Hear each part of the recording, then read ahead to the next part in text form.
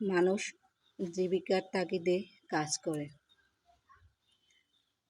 কাজ করতে গিয়ে দেখেন কত কাজ করতে হয়। এই যে গাছ কাটতেছে, লাকড়ি, এই লাকড়ি দিয়ে গ্রামে রান্না করে মাটির চুলায়। আপনারা দেখেন যে গাছটা কাটতে কত কষ্ট লাকড়ি বানাতে।